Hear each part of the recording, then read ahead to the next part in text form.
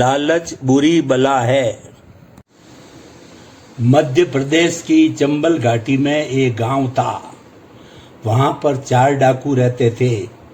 एक दिन उन्होंने एक साहूकार के यहाँ डाका डालने की योजना बनाई और रात्रि का इंतजार करने लगे। जैसे ही रात हुई, उन्होंने साहूकार के यहाँ सेंध लगाई और अपनी योजना को अंजाम दे दिया। बहुत धन मिला।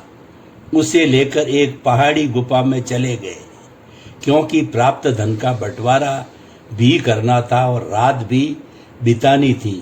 अतः यही तय हुआ कि रात्रि में यहाँ आराम कर लिया जाए और प्रातः धन का बंटवारा करके सब अपना अपना हिस्सा लेकर अपने अपने घर चले जाएंगे। वे वहाँ विश्राम करने लगे, लेकिन किसी को भी नींद नहीं आई। एक को तो उन्हें यह डर था कि कहीं पकड़े न जाएं।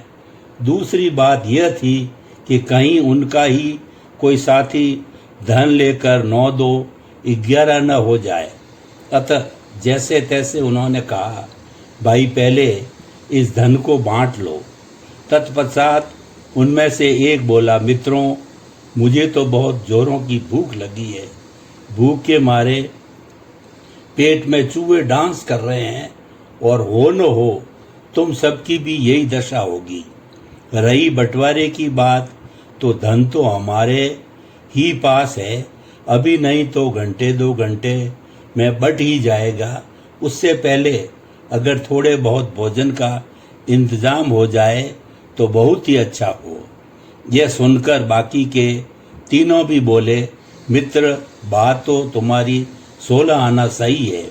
भूख तो हमें भी सता रही है, लेकिन इस निर्जन वन में भोजन आए कहाँ से? तभी उनमें से एक बोला, मित्रों, इस पहाड़ी के दूसरी ओर एक कस्बा शहर है। वहाँ पर स्वादिष्ट भोजन की अनेक दुकानें हैं।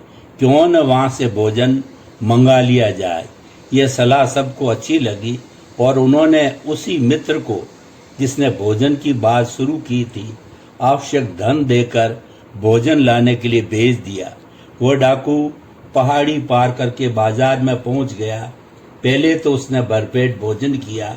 इसके बाद उसने उन तीनों के लिए भी भोजन पैक करवा लिया और पैसे देकर जैसे ही चलने लगा, उसके मन में विचार आया कि क्यों न इस भोजन में जहर मिला दिया जाए, जिससे वे तीनों मर जाए और सारा धन मुझे मिल जाए। यह सोचकर वह मन ही मन बहुत हर्षित हुआ और मन ही मन यह भी सोचने लगा कि अगर वे सब मुझे खाने को कहेंगे तो मैं यह कह दूंगा कि मेरे से भूख बर्दाश्त नहीं हो रही थी, इसलिए मैं तो वहीं खाकर आ गया। और उसने उस खाने में जहर मिला दिया तथा चल दिया गुफा की ओर। लेकिन नियति कुछ और ही थी। जैसा विचार उसके मन में आया था, वैसा ही विचार उन तीनों के मन में भी आ गया कि क्यों न इसको मार दिया जाए, जिससे हमारे हिस्से में कुछ बढ़ोतरी हो जाए। और तीनों ने निश्चय किया कि जैसे ही वो भोजन लेकर गुफा में घुसे, हम तीनों लाठियों से उस पर प्रहार कर देंगे। और उन्होंने किया भी वैसा ही। जैसे ही तीनों ने एक साथ उस पर प्रहार किया, उसके प्राण पंखे उड़ गए। अब इत्मीनान की सांस लेकर बैठे तीनों भोजन करने। अभी भोजन कर ही रहे थे कि उनके उदरों में उठने लगी पीड़ा। धीरे धीरे शरीर में जहर की मात्रा बढ़ने लगी और देखते ही देखते वे तीनों भी वहीं ढेर हो गए। लालच के वशीभूत होकर चारों ने अपने प्राण गंवा दिए और वह धन वहीं पड़ा रह गया जिसके लिए सब हुआ। इस कहानी से हमें शिक्षा मिलती है कि हमें में कभी भी अति लोभ नहीं करना चाहिए, क्योंकि इसका अंत बुरा ही होता है।